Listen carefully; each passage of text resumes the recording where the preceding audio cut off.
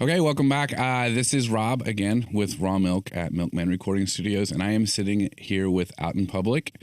They are performing on February 12th here on our live stream, and they have an EP coming out on January 30th that we're going to talk about. But first, I thought let's get an introduction from you guys. Hi, I'm Bet. I'm thirsty for some raw milk. Yeah. Hi, I'm Tara. I play guitar. I play guitar and also sonora. This is. Hi, I'm Rin. I play drums. Good. So you guys are a newly formed band, right? Like you haven't done a whole lot of work together as a single band? Yeah, this is actually kind of a quarantine project. Our first practice was May 23rd of this year. Okay. Of 2020? Yeah, it's 2021. Right? No, it's acceptable. It's completely understandable. It's all just one giant sneeze. Yeah, time flies, really. Yeah, thank God though. But yeah, so you guys, and I know you just played your first show recently, which is good, right? But you do have this EP coming out, and I gave it a listen, and I really enjoy it. I really like it. It reminds me a lot of the punk that I listened to. I'm 41, and it reminds me a lot of the punk that I listened to when I was, growing up and listening to good punk. Let me rephrase that. Listening to the punk that I've enjoyed the most in my life. So it has something to say. The music is good. It's performed well. It's very personal as well. So I'm looking forward to listening more to that and having you guys here live. But you guys said that your first practice was this year, which is now 2021. But so that kind of says a lot about how life has changed in the past year. What has that done for you guys? I mean, it's like, I think the amount of impact it's had on everybody in the DIY scene, especially across, it's like, for like about a month, like personally for me, I was like furloughed from my job. So like, I was pretty much trapped in my apartment. Couldn't go anywhere really. And I was basically working on like anything just to like keep me like sane. Cause I didn't realize at the time how bad it was going to get, but I was just trying to like find any kind of artistic like thing. Yeah, it was like at first it was kind of fun, but then when I started going back to work, I realized that this is just reality now, and it just started getting really weird state of mind. Yeah. What about everybody else? I will say that like while I have worked in the healthcare industry and I've had a steady job externally from work, it has allowed me like since I've been isolated, it has allowed me an outlet to like just focus on songwriting, focusing on my craft and doing what I really want to do. So as much of a mental strain as that can be, being in that environment where you're completely constrained, it does allow a certain amount of constructive outlet for it. You know what I mean? Yeah. I think a lot of people can relate to that. And one interesting thing too is that I think people don't. We get a lot of when we interact out in public. When we interact out in public, we do get a lot of affirmation that there are other people who feel the same way that we do.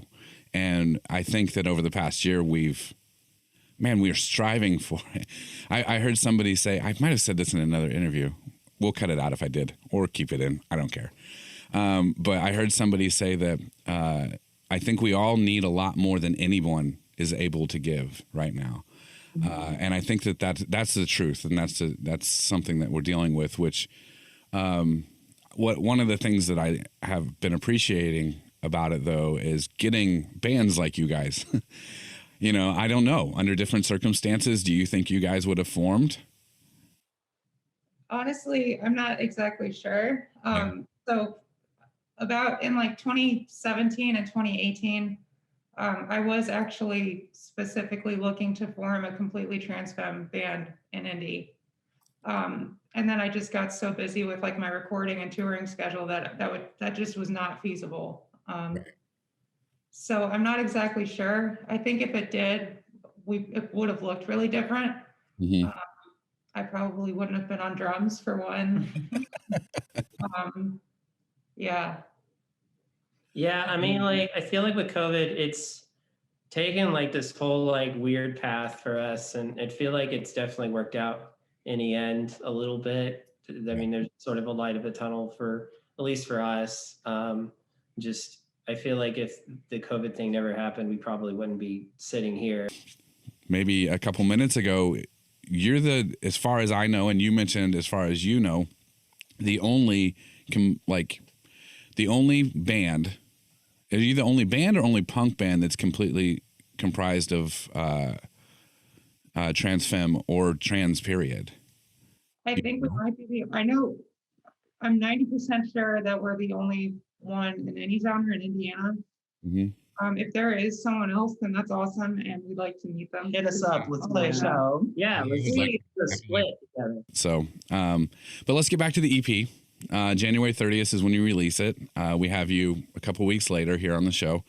And by the way, you're our first band that we'll have ever. We wanted to have you on. We weren't going to necessarily do bands. I think it's great that we picked one that would, is punk. That if we're going to do it, it's going to be fun. I love it. I don't know if any of you know. I think maybe Ren, you and I have talked, but I've been a live sound engineer for a long time. And I had wanted to open a studio forever. I've been a composer, and but this is what I wanted to do, is help make records. But I have to say that if I hadn't had the experience of doing live sound and doing live sound for some broadcasting even, this would be a totally different experience, and I'm not sure we would have done this. So I am looking forward to I want to call it a challenge, but not in a bad way, of having you guys in our studio. It's big enough. But it's going to be fun to get the sound that I would like to have for you guys coming forward. So the EP, it's 1, 2, 3, 4, 5 songs. Mm-hmm. Again, it's called God. Oh, maybe I hadn't said it, but it's called God is Dead and Has Been Replaced by Trans People. Yeah. And Looking forward to radio DJs repeating that. Right. Yes. The song titles are great, especially because one of them's Glass, and that's my last name. I'm totally cool with that. As long as There you go. not about me, I hope. Something about burning frames. I don't know. We can talk. We can discuss it. I'm cool. But I really liked How to Be Me. That one I really enjoyed. They all I enjoy. I enjoyed them all, is what I should say. But that one I thought they're all pointed to a point, but that one I really liked, especially having talked about spending time in bars and that's how we meet people and things like that. I really liked that one. So tell me about the EP. How long did it take you to write it? What is your process? So this was actually recorded in Fort Wayne with Jared Schneider. Oh, And his studio name is, I think I'm pronouncing this right, Teleos Echos. okay. Yeah, Teleos Echos. Okay. And it's Latin, and I don't remember what it means, but it's like perfect vibrations or something like that. Good name. He's very dedicated. It was a lot of fun. I think it probably took 4 sessions to get everything in total, outside of just coming in to like fine tune stuff. Right. I mean, it's a process. Even with, I hate to say this, but even with punk music, some people think that it's just you go in and you throw it down, and sometimes that is what happens. But it's a craft. Mm-hmm. And, one of the things I do like about this is I can tell it's what you want. I can hear it, and I'm like, yeah, that's what they wanted. It sounds good. I like it. What about the band name? Tell us the story about coming up with the band name. I don't remember who actually picked that name, which is weird, because it was really early. It was after the first practice we had at some point within a week period or so. Mm-hmm. But it was more about the energy that I was understanding was going into it when we were talking about it was that trans people get a lot of validation and necessary things that they need to understand themselves better by being out in public, but at the same time that's also a big social risk to do, and it can be potentially dangerous. So it was more about just being proud to be out. I really like that. I think that's great. That it is kind of a not a double-edged sword, but I mean you need it and it's dangerous. And that's also, I mean, hopefully that changes soon. The track names: Amazon Crime, Glass, Animal Cross-Dressing, which I would love to watch on Twitch sometime. I think that would be great. How to Be Me. Is it How to Be Me 11? No, that was an old track listing. So it's just How to Be Me. Yeah. And in Slaughterhouse Jive. I think it's great. I'm looking forward to that. One more question, if you all would like to answer it. I asked this on the last one, and I've got a list of like random stupid questions to ask. But for some reason, I really like this one. I think because it tells us a lot about each other. What songs do you sing in the shower? Like our songs are just songs in general. If you sing your songs in the shower, that's, yeah, but.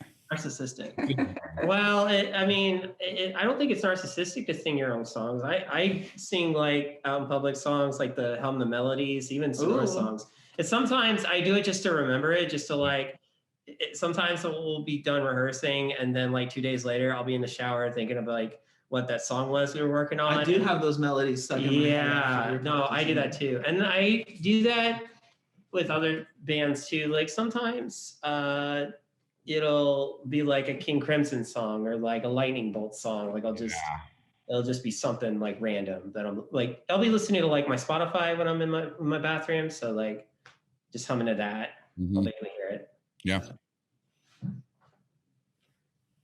Ren, you're on the spot. Oh, geez, I'm on the spot. Okay. The last time I remember actually like playing music in the shower and singing along with it was one day when I was at work, and because I work from home, so on my break I was just like all of a sudden like something came up on my shuffle playlist, and it was a Sisters of Mercy song, and I immediately had to text the band and say, "Can we please cover this song?" And so like I was just sitting there listening to Floodland in the shower, like just jamming to it. Yeah. That's the last time I remember singing in the shower. So I don't know. For me, I mean, I do often. I find myself doing it often. I sound better. good. I think everybody else sounds better in the shower too. I mean, I would hope, it's just the acoustics are pretty good. It's very forgiving. Mm-hmm. I think it says a lot. Do you have any questions for us? No? It's okay if you don't. It's your interview. I'm interviewing you. We're here to learn about you guys. But where'd you get your hat? It's dope.